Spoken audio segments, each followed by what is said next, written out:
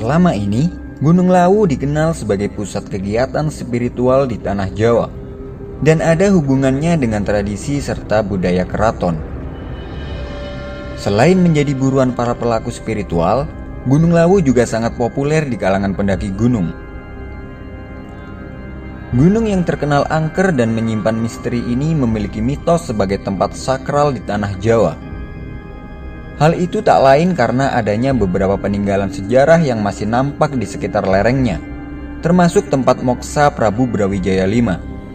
Prabu Brawijaya sangat lekat kaitannya dengan Gunung Lawu dan hal itu membuat kisah Gunung Lawu sangat menarik untuk ditelusuri. Secara administratif, Gunung Lawu berada di antara 3 kabupaten, yaitu Kabupaten Karanganyar, Ngawi, dan Magetan, serta menjadi batas antara Provinsi Jawa Tengah dan Jawa Timur. Gunung Lawu masuk dalam jajaran 10 gunung tertinggi di Jawa Tengah dan Jawa Timur, sekaligus masuk dalam Seven Summit of Java. Sebagai pusat kegiatan spiritual, Gunung Lawu memiliki beberapa hal unik, mulai dari peninggalan sejarah, kisah Prabu Brawijaya V, mitos dan misteri yang selalu menjadi cerita turun-temurun di masyarakat sekitarnya maupun pendaki gunung. Pelarian Prabu Brawijaya V. Pada masa akhir kerajaan Majapahit, kerajaan mengalami pasang surut di dalam pemerintahan Prabu Brawijaya V. Putra Brawijaya V yang bernama Raden Fatah mendirikan kerajaan Islam, yaitu Kerajaan Demak, yang menjadi kerajaan besar di Jawa. Brawijaya gagal membujuk Raden Fatah untuk kembali ke kerajaannya dan menolak jika kerajaan Demak menjadi bawahan kerajaan Majapahit. Berawal dari pemberontakan menantunya sendiri, Prabu Brawijaya pindah ke kerajaan Demak. Raden Fatah bermaksud mengajak ayahnya untuk memeluk agama Islam, tetapi Prabu Brawijaya menolak ajakan Raden Fatah. Prabu Brawijaya tidak ingin terus berdebat yang akan mengakibatkan peperangan dengan anaknya sendiri. Akhirnya memilih jalan untuk melarikan diri bersama pengikutnya ke Karanganyar. Ada beberapa peninggalan Prabu Brawijaya di masa pelariannya. Di antara lain adalah Candi Sukuh. Candi Sukuh berada di Dusun Sukuh, Desa Barjo, Kabupaten Karanganyar. Di sini Prabu Brawijaya dan pengikutnya membangun Candi Sukuh dan tetap memeluk agama Hindu. Sebelum candi selesai, pasukan Demak kembali mengejar sang Prabu yang membuatnya berlari ke timur. Candi Ceto berada di Dusun Ceto, Desa Gumeng, Kecamatan Jenawi, Kabupaten Karanganyar. Di sini Prabu Brawijaya membangun Candi Ceto. Di sini dia dikejar pasukan dari Cepu di bawah pimpinan Adipati Cepu yang menaruh dendam lama. Prabu lari ke arah Gunung Lawu. Bulak Peperangan berada di lereng Gunung Lawu. Di lokasi ini konon terjadi pertempuran antara pengikut Prabu Brawijaya dan pasukan yang mengejarnya.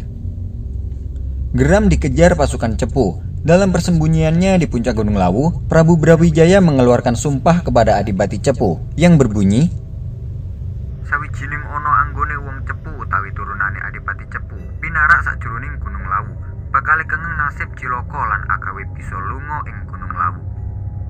yang artinya, jika ada orang-orang dari daerah Cepu atau keturunan langsung Adipati Cepu naik ke Gunung Lawu, maka nasibnya akan celaka atau mati di Gunung Lawu. Sampai sekarang, tuah sumpah raja terakhir Majapahit Prabu Brawijaya masih diikuti oleh orang-orang Cepu, khususnya keturunan Adipati Cepu. Gunung Lawu dan Brawijaya V. Dalam pertapaannya di puncak Gunung Lawu, Prabu Brawijaya ditemani oleh abdi dalam setianya, Sabdo Palon dan Noyo Genggong.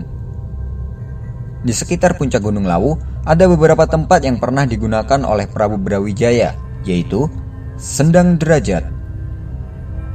Mata air ini dulunya adalah tempat pemandian Prabu Brawijaya V. Air ini dipercaya memiliki khasiat menyembuhkan berbagai macam penyakit. Sendang Panguripan. Air ini pernah dimanfaatkan oleh Prabu Brawijaya dan kini dipercaya memiliki kekuatan magis. Sumur Jalatundo. Sumur Jalatundo merupakan gua vertikal sedalam 5 meter yang dipercaya sebagai tempat Prabu Brawijaya V menerima wangsit selama di Gunung Lawu. Raden Patah yang belum kehabisan akal mengutus penasihat keraton Demak yaitu Sunan Kalijaga untuk memberikan pencerahan mengenai agama Islam kepada ayahnya. Sunan Kalijaga pergi ke tempat pesanggerahan Prabu Brawijaya di Gunung Lawu.